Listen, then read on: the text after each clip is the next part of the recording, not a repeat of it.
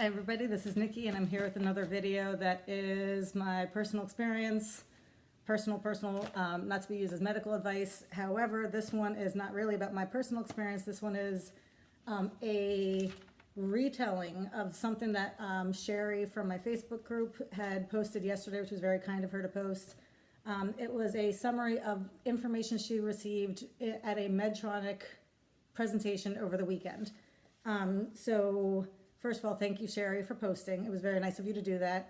And I was hoping to pass this information on because I do have some people, I don't know how many because it might just be my family, but I do have some people watching these videos, I think looking to make auto mode work. So here's some information, here's some hearsay from the Medtronic presentation over the weekend. I'd like to get to one eventually, if I could find them. But anyway, so again, thank you, Sherry, very nice of you. And I'm going to pass the information on the way I understood it in her post. And then I would also like to ask that people comment. I'm not usually big into, comment below, but I'm going to ask that if you see something in here that you'd like to say something about, then if you would take the effort, make the effort and do it, it'd be very nice. I am forever curious how people are getting along in auto mode, and what it is that's making it work or what it is that's not making it work, or, what their complaints, concerns, victories, whatever. I get really excited by people's experience in auto mode. I'm not proud, but anyway, so if in any of this you say, oh, you know what, I did try that and it did not work, or I did try that and that's exactly what I needed, I would love to hear about it. So if you have something you want to attest to, something you want to, deny to be true in your experience, those things would be great. The only thing I would ask is that if you do it, if you want to provide a little context, that would help. I think a lot of our exchanges as type 1 diabetics over social media, we lack context. So one person is, it's their first pump, whereas another person's been pumping for 30 years. One person's been in auto mode for 4 days, one's been in it for 4 months. I mean, it all is important in us understanding. I also think that sometimes we're talking about the exact same numbers, we just have different perspectives on it. For instance, my conversation with another user, and basically we were talking about auto mode, and it turned out that we were talking about the same post-meal blood sugar spikes, and she was okay with it and I wasn't. So that was the difference in our, okay, I wasn't going to do this. 2.5 minutes. I would like to hear how people are doing in auto mode and what it is that's working for them or not working for them, and anything you want to say. All right, here we go. This comes from the presentation from the post, so it's a little bit watered down, but the information is still the information. So this is what we've got. Possible solutions for high blood sugars. The number 1 is to adjust your ICR, your insulin carb ratio. Number 2 is bolus before meals, pre-bolus.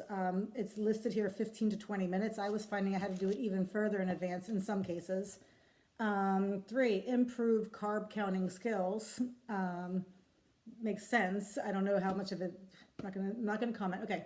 Number 4, bolus for all carbs consumed. Here's an asterisk, may need to add a few carbs for high protein, high fat meals. So I guess if you're continuing to struggle with high blood sugars post-meal, then take a look at whether or not you need to add carbs for fat and for protein. I have a lot I want to say on that, but I'm not going to. Okay, so number 5, take correction boluses 2 to 3 hours after your meal. And when it comes to correction boluses, another recommendation for number 6 is decrease AIT, which is your active insulin time. Medtronic explained that AIT determines how soon the pump will allow a correction, and also how big that bolus will be.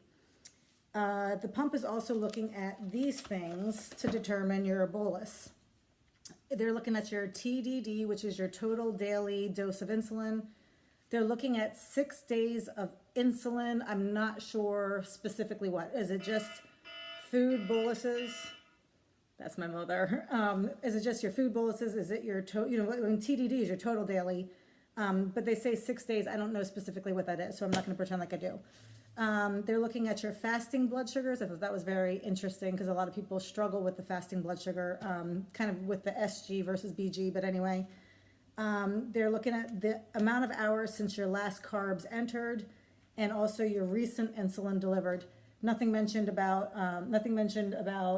your SG or which way your numbers are trending. I find that a little bit surprising. I would assume that's a part of it, but that's not in the post. Okay. To avoid the basal from shutting down after a bolus and then getting a rebound high. I thought this was interesting because everybody talks about after a food bolus how your micros stop. And so I think this is what they're talking about here. To avoid the basal, I'm guessing that's the micros, from shutting down after a food bolus and then getting a rebound high, try splitting your carb bolus into 2 smaller boluses. I was in auto mode for 2 or 3 days last week, and I thought I did this. I thought I did. In fact, I was trying to avoid having those little pockets, and I was not able to do it successfully. However, I may have done it wrong, and that is a very good possibility. So I'll have to go back in and try that too. Some information about calibrations. Okay, so there are routine calibrations and diagnostic calibrations. Your routine allows sensor data to be translated into your SG values. Your diagnostic calibrations are triggered by the diagnostic chip in the transmitter and are outside of routine calibrations timeframe. These are the ones that help ensure reliability and sensor accuracy, and they vary by individual. I think that is just to help people understand why there are so many calibrate now, need to calibrate, whatever. Don't know if I'm buying it, but okay. I'm not going to do opinions. Okay, BG required. BG required means your system needs a BG in order to continue in auto mode. What they want you to do is wash your hands, test, except on pump. They also say do not calibrate, but hit confirm. Always wait at least 30 minutes between BG tests with BG required alerts. I could debate that one too, but it wouldn't necessarily be because I'd done anything right. But anyway, if it continues, get out of auto for a few hours, then try again. If that doesn't work, change your sensor. That's not going to be popular advice. It's not popular with me. I shouldn't speak for everybody. Okay. And in fact, this is not going to have any opinions, so I've failed at that. All right, calibrate now alerts. Your calibrate now alert means that your system needs a calibration to continue generating sensor data or to improve sensor accuracy. Always wait at least 30 minutes between responding to these alerts. And remember, 2 failed calibrations in a row mean you lose your sensor. So tread lightly on the calibrations, 2 and you're out. Okay. This was a big one. This I thought was interesting. Sensor updating before day 7. I did another video on your sensor updating, do not calibrate. Basically, people got them a lot on day 1. It appeared as if there was just something wrong with the sensor on day 1, and they got them toward the end of the sensor life, and that seemed to be like the sensor was just going. But here we have most common reason for a sensor updating message before day 7 is a sensor attachment problem. Try using more tape or adhesive. This should resolve itself, and then they say, do not calibrate, which, I think is very clear on the message. I have never tried to stick more adhesive on it, and wouldn't it be nice if that were the solution? Wouldn't it be nice okay, so I'm not going to say anything about that one because maybe I've never tried it. Okay, anyway, Medtronic says they send 5 sensors in a box for a month worth of product, I think maybe for a month worth of use, but call for a replacement if your sensor lasts less than 5 days.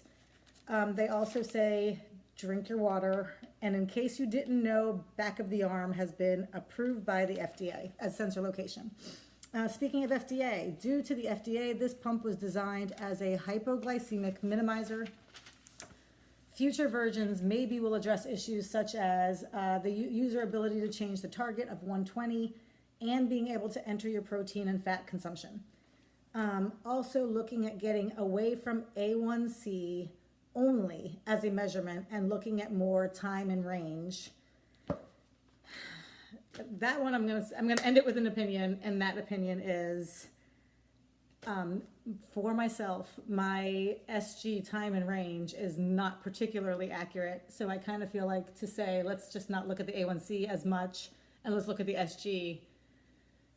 It's kind of like telling my kid, who would love it, let's not worry what the dentist says as much. Let's just look to see if your teeth are shiny.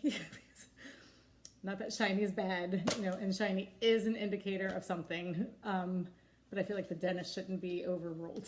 So that was a fail on the no opinion. That was a fail from start to finish on the no opinion. However, there's definitely some stuff in here to give it a try. I would love to hear people's opinions. I'm now at 10.5 minutes. That's also a fail. Thank you guys for watching, and I hope you're having a great day. Thanks.